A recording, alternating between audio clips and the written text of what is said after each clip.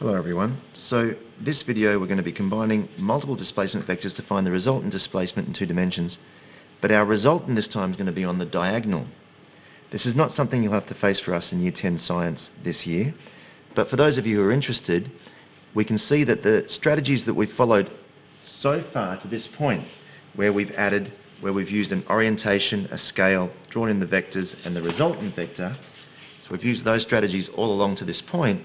Those exact same strategies can be used even when we've got a diagonal vector to give us the resultant. Of course, it might actually be quicker and faster to use Pythagoras' theorem, but these strategies do work and we can use them to our advantage.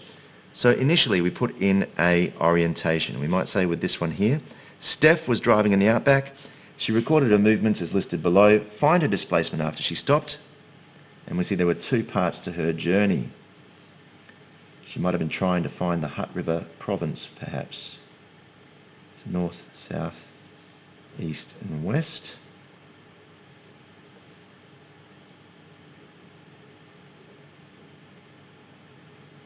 East and west. Now we're going to need a scale, and I think for this scale we are going to have 1 centimetre equals 10 kilometres.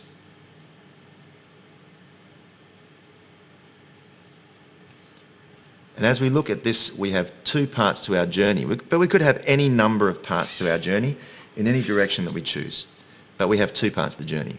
We're going to go 60 kilometres east and we're going to go 80 kilometres north. So that by this stage we're pretty comfortable with this. 60 kilometres is 6 centimetres. So we draw that in, we've got ourselves 6 kilometres at 6 centimetres. That's our first vector. We're going to go north 80 kilometres, which is 8 centimetres. 80 kilometres, which is 8 centimetres. So we'll draw that one in. Just barely stayed inside my grid. Now, our resultant vector, as always, goes from the tail of the first vector to the head of the final vector. So we'll draw that one in. The tail of the first vector to the head of the final vector. And we see, okay, we've got ourselves a diagonal. And it's a very convenient right-angled triangle, so we could be tempted to use Pythagoras' theorem. And if we wanted to use Pythagoras' theorem, that would be A-OK. It would be no problem at all. We'd simply say that the square of the hypotenuse is equal to the sum of the square of the other sides. And so we'd say, okay, well, my resultant squared equals the length of my first vector squared plus the length of my second vector squared, which equals 60 kilometres squared plus 80 kilometres squared, which ends up equaling, when you go and use your calculator for those, ends up equaling 10,000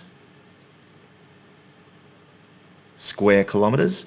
Then our resultant would equal the square root of 10,000,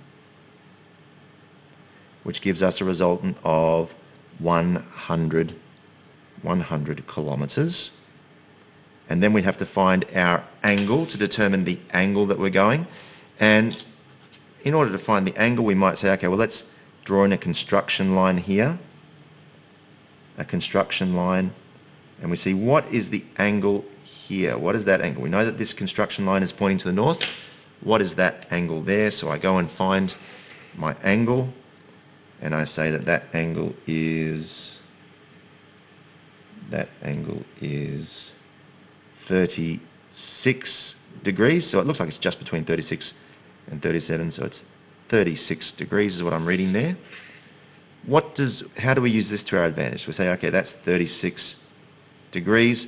So we say, okay, great. My resultant is going to be 100 kilometres.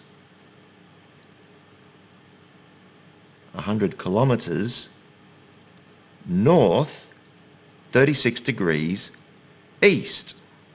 36 degrees east. What does that mean? We were pointed north and then we rotated 36 degrees to the east. We were pointed north and we rotated 36 degrees to the east. 36 degrees to the east. Okay, great. What if I don't want to use Pythagoras' theorem? Will I get the same answer? If I don't want to use Pythagoras' theorem, will I get the same answer? Well, I just take out my ruler and I measure my resultant vector. And I see that it's 10 centimeters long. So when I measure my resultant vector, I see that it is 10 centimeters long. Using my scale, 1 centimeter is 10 kilometers. 10 times 10, 100 kilometers. So we don't need to use Pythagoras' theorem to answer a question like this one. If we have an orientation, a scale, we draw our vectors well, then we can just measure the resultant vector with our ruler, measure the angle with our protractor.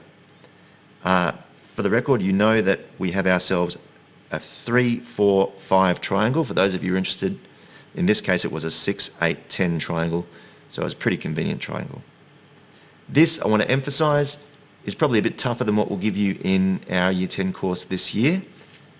But for those of you who are combining the hard maths and are thinking about the doing more challenging problems, this is something where we see that the diagram is equally useful to the calculations. They basically go side by side quite companionably.